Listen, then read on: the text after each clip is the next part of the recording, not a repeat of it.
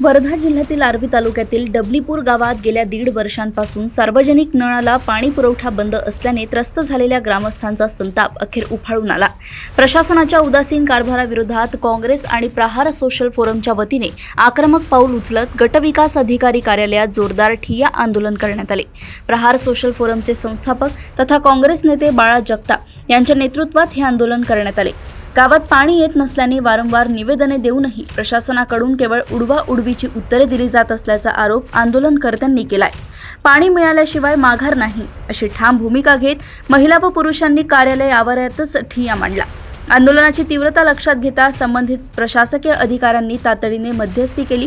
अधिकाऱ्यांनी गावात तत्काळ पाणी पुरवठा सुरू करण्याचे तसेच प्रलंबित असलेल्या पाईपलाईनचे काम पुढील 2 दिवसात पूर्ण करून नियमित पाणी पुरवठा सुरळीत करण्याचे लेखी आश्वासन दिले। प्रशासनाच्या या सकारात्मक आश्वासनानंतर ग्रामस्थांनी आपले आंदोलन तात्पुरते स्थगित केले। मात्र दिलेल्या मुदतीत आश्वासनाची पूर्तता न झाल्यास यापुढे अधिक तीव्र आंदोलन छेडण्यात येईल असा इशारा बाळा जगताप यांनी प्रशासनाला दिला आहे। या आंदोलनात NSUI आर्वी तालुकाध्यक्ष वेदांत वानखेडे, विक्रम भगत, सोहेल खान यांच्यासह कांचन सोमकुवर, पुष्पा इवनाते, संगीता परतेकी आणि डबलीपूर गावातील महिला व नागरिक मोठ्या संख्येने सहभागी झाले होते। आर्वी वर्धा येथून संजय तिगावकर यांची रिपोर्ट।